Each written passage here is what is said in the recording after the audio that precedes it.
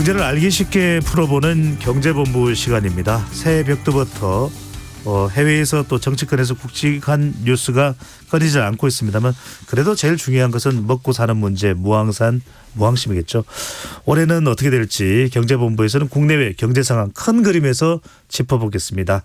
KBS 김준범 기자와 함께합니다. 어서 오십시오. 네, 안녕하세요. 새해 복 많이 받으시고요. 네, 복 많이 받으십시오. 지난해 워낙 김준범 기자의 해설을 좋아하시는 분들이 많아서 아유, 감사합니다. 네, 제일 많이 우리 청자분들이 또 유튜브 시청자분들이 여쭤보고 싶은 건 이걸 거예요. 예. 올해는 좋으려나.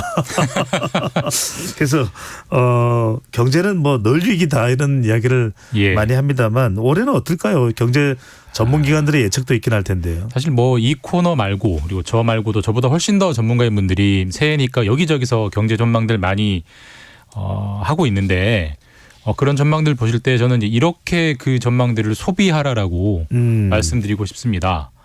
어차피 다 틀립니다. 네.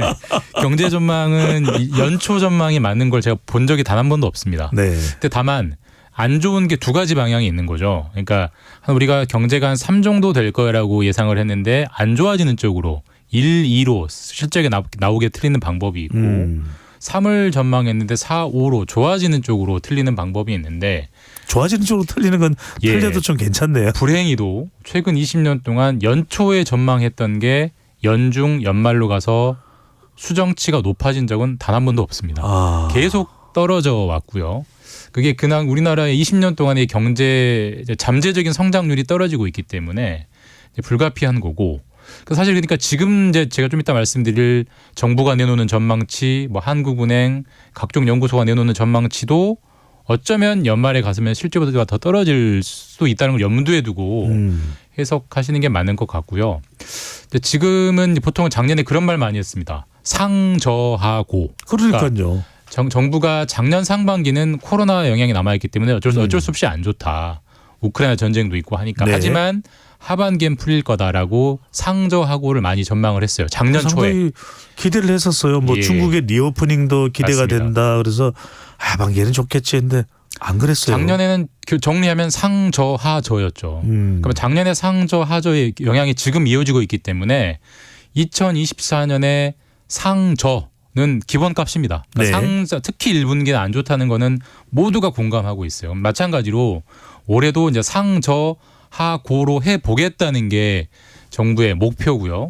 작년에 그 목표 달성 못했는데 올해도 달성 못하게 된다면 올해도 상저하저가 되는 건데 전망은 어떤 게 더 많이 나옵니까? 일단 올해 조금 전에 오후 1시에 기획재정부가 올해 경제 성장률 전망치를 내놨습니다. 올해 2.2% 정도 우리나라 경제가 성장할 것이다라고 전망을 했고 물가는 2.6% 정도 오를 거다라고 전망을 했어요. 이 자체만 보면 이 자체만으로 역성장입니다. 그러니까 성장은 내 소득은 2.2가 늘었는데 물가는 2.6이 는 거니까 이 자체로도 0.4가 많이 후퇴하는 거잖아요. 그러니까 이 자체로도 이미 안 좋은 전망을 깔고 있는 건데 이 2.2도 과연 달성할 수 있을 거냐라는 퀘스천 마커가 굉장히 붙는다라는 게 현재 정확한 진단이고요. 매년 연초에 정부가 내놓는 전망은 늘 좀 높이 잡습니다. 왜냐하면 정부가 정책을 잘 할 거니까라는 걸 전제를 하고 하는 거거든요. 근데 뭐 당연히 정부 정책을 잘 하고 싶겠죠. 근데 그게 뭐 의지가 없어서 안 되는 게 아니라 대내외 환경이 안 받쳐주면 안 되는 거잖아요. 그래서 아마 정부가 2.1을 예상한다는 것은 실질적인 경제 전망은 잘하면 2.0 혹은 1대로 1점 몇 대로 내려갈 수 있다라고 보는 게 현실적인 전망인 것 같습니다. 네. 물론 뭐 정부 정책이라는 것이 결과가 어떻게 될지 다 예상은 할 수는 없습니다만 먹고 사는 문제가 가장 중요하다 보니까 그럴 텐데 김 기자님 참 흥미로운 게 우리 경제를 빅데이터로 이렇게 해서 연관을 해보면 중국, 미국, 뭐 일본 이렇게 외국가 이름이 이제 국가명이 거론이 되는데 그만큼 우리 이 대외 변수 글로벌 경제가 중요하다고 봐야 되는 거죠. 어쩔 수 없습니다. 사실 우리나라는 뭐 우리가 입에 달고 사는 소리가 수출로 먹고 사는 나라고요. 수출이라는 것은 해외에서 우리 물건을 사줘야 하는 것이기 때문에 사실 마치 우리 감나무에서 감이 떨어지듯이 입을 벌리고 기다리는 수밖에 없는 본질적으로 그런 형국에 처해 있어요. 사실 그러니까 우리나라 대통령이나 우리나라 경제 당국자들은 좀 답답하죠. 그러니까 우리는 열심히 하고 싶지만 대외 변수가 안 좋은 게 터지면 어쩔 수가 없는 거거든요. 기본적으로 우리나라가 그런 위치에 처해 있는 거고 뭐 지금 정부만 그런 게 아니라 늘 그래왔고요. 올해도 당연히 대내 변수보다는 대외 변수가 굉장히 중요할 것 같아요. 아까도 말씀드렸지만 우리는 수출로 먹고 살아야 되기 때문에 다만 이제 한 가지 긍정적인 부분은 작년에 되게 수출이 안 좋았습니다. 작년 무역 수지 역시 통틀면 한 100억 달러 정도 한 13조 원 정도 적자였고요. 근데 작년 1월부터 12월까지 월별로 보면은 하반기 들면서 수출이 좀 올라오는 분위기예요. 특히 우리나라에서 가장 많이 수출되는 게 반도체잖아요. 반도체 수출이 워낙 안 좋았었는데 하반기 들면서 늘고 있습니다. 그래서 그 기운을 이어받아서 올해는 작년보다는 수출은 좀 나을 것이다 라고 예상하고 있기 때문에 작년 경제 성장률이 1.4%거든요. 근데 아까 정부가 전망하는 게 2.2, 0.8을 올려잡은 이유가 수출은 올해는 좀 잘 될 거다라는 전망을 깔고 있는 건데 근데 사실 이제 그게 알 도리가 없는 게 우리가 우크라이나 전쟁 터질 줄 누가 알았나요? 이스라엘 하마스 전쟁 터질 줄 누가 알았나요? 그건 돌발 변수가 너무 전혀 많네요. 예상이 안 되는 부분이고 근데 그거 하나 터지면 중동의 전쟁 터지면 석유값 오르는 거고요. 그다음에 이스라엘 터지니까 마찬가지로 천연가스값 오르는 거니까 전혀 예상이 안 되는 거여서 지금 같은 평시 분위기가 계속가면 정부 전망이 맞겠지만 이제 1월 4일인데 남은 361일 동안 어디서 무슨 일이 터질지를 모르고 더군다나 올해는 되게 굵직굵직한 선거들이 많이 있습니다. 그렇습니다. 특히 뭐 미국은 11월에 대선이 있고요. 네. 그 전에 당장 올해 다음 주는 타이완 총통 선거가 있어요. 맞습니다. 그러니까 타이완 대통령이 친중 성향이 되느냐 반중 성향이 되느냐에 따라서 이 지역의 긴장도가 달라질 건데 타이완은 다 아시지만 TSMC라는 세계에서 가장 반도체에서 중요한 삼성전자와 더불어 가장 중요한 회사가 있기 비메모리 때문에 반도체에서 거기 생산에 뭔가 타격이 생기면 전 세계 반도체 경기가 얼어붙어 버려요. 그러면 우리나라 삼성전자 반도체도 덩달아 안 팔립니다. 근데 그건 우리나라 정부가 어떻게 할 수가 없는 거잖아요. 그런 것들 하나하나 변수들 봐야 그게 다 우리가 생각하는 것대로 좀 최소한 평균치 악재로는 안 가야 2.2가 나올 수 있다라고 굉장히 좀 어둡게 말씀드릴 수밖에 없는 뭐 그런 상황입니다. 네. 예측하는 기관들의 전망치도 조금씩 차이가 나고 있고 방금 전에 말씀하셨던 대로 글로벌 또 국제 정치 정세도 상당히 우리 경제에 많은 영향을 줄 텐데 우리 청취자분들이 또 궁금한 부분은 김 기자님 이 부분일 거예요. 성장률이 2% 되냐 아니면 1% 되냐 이게 뭐 그렇게 차이가 날까? 예. 어떤 정도의 의미가 담겨 있는 걸까? 이 차이에 궁금해요. 이게 굉장히 좀 경제적으로는 중요한 의미를 갖고 있는데 작년에 1.4% 성장을 했는데요.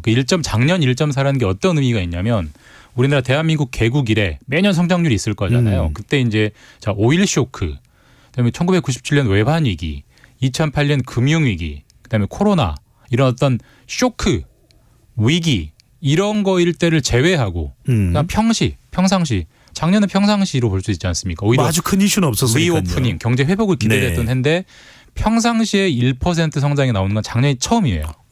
처음. 자, 그런데 올해도 뭐 아까도 말씀드렸지만 361일 동안 뭔가 위기가 터질 수도 있겠지만 그렇지 않는다면 올해도 작년과 비슷한 평상시란 말입니다.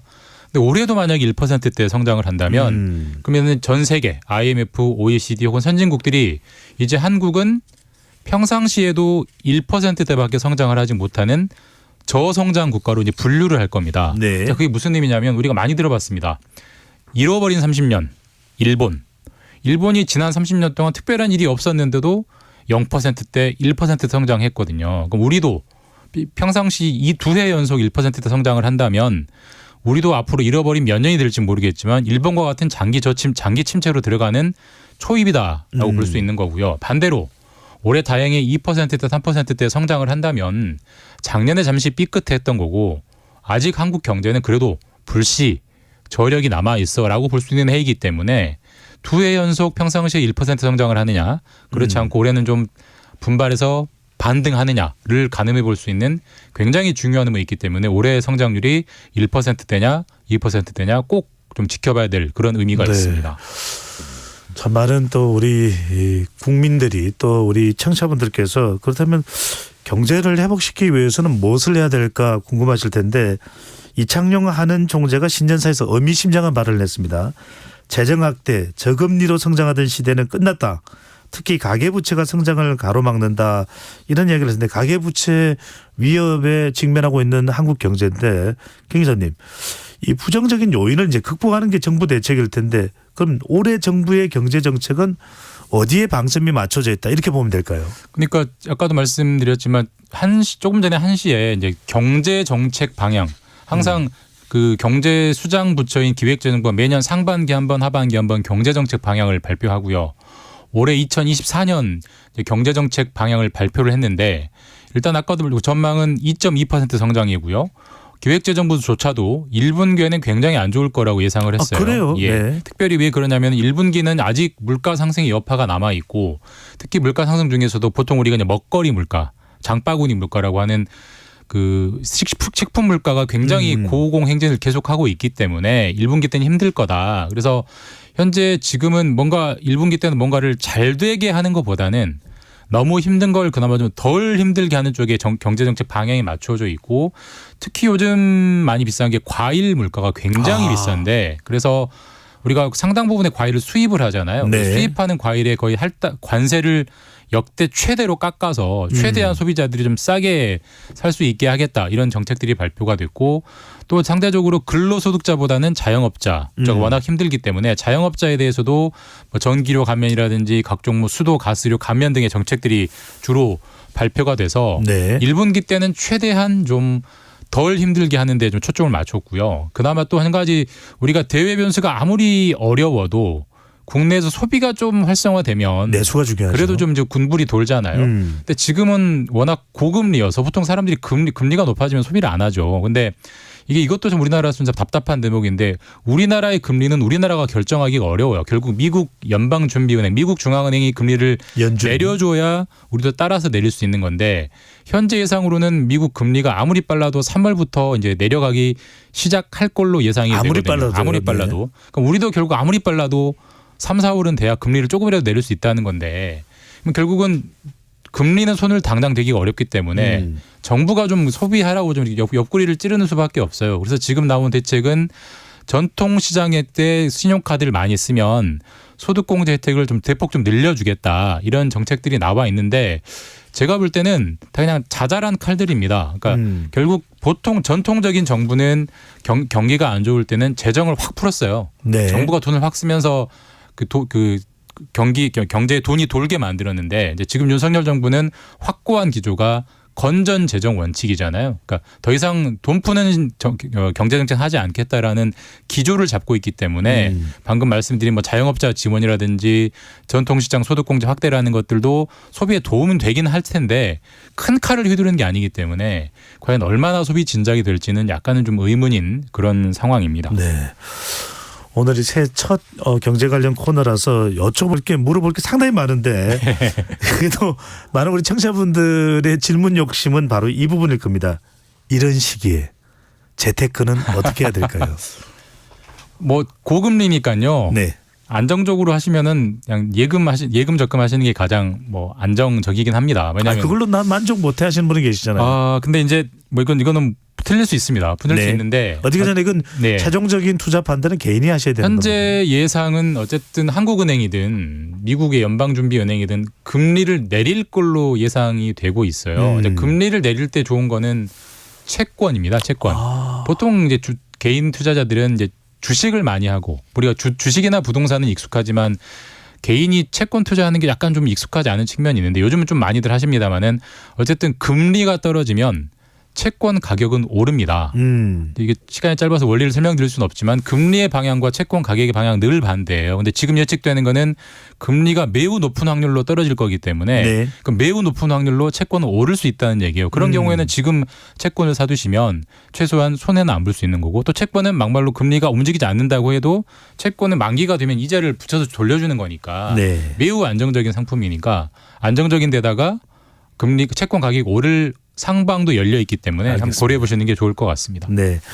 우리 청취자분들 또 유튜브 시청자분들 주식도 좀 여쭤봐 주세요 이럴 수 있을 텐데 시간이 없어서 이건 다음 주에 제가 꼭 빠뜨리지 않고 여쭤보도록 하겠습니다. 지금까지 경제본부 KBS 김준범 기자와 함께했습니다. 잘 들었습니다. 네, 감사합니다. 배종찬의 시사본부 오늘 준비한 소식은 여기까지입니다. 어떻게 들으셨는지요?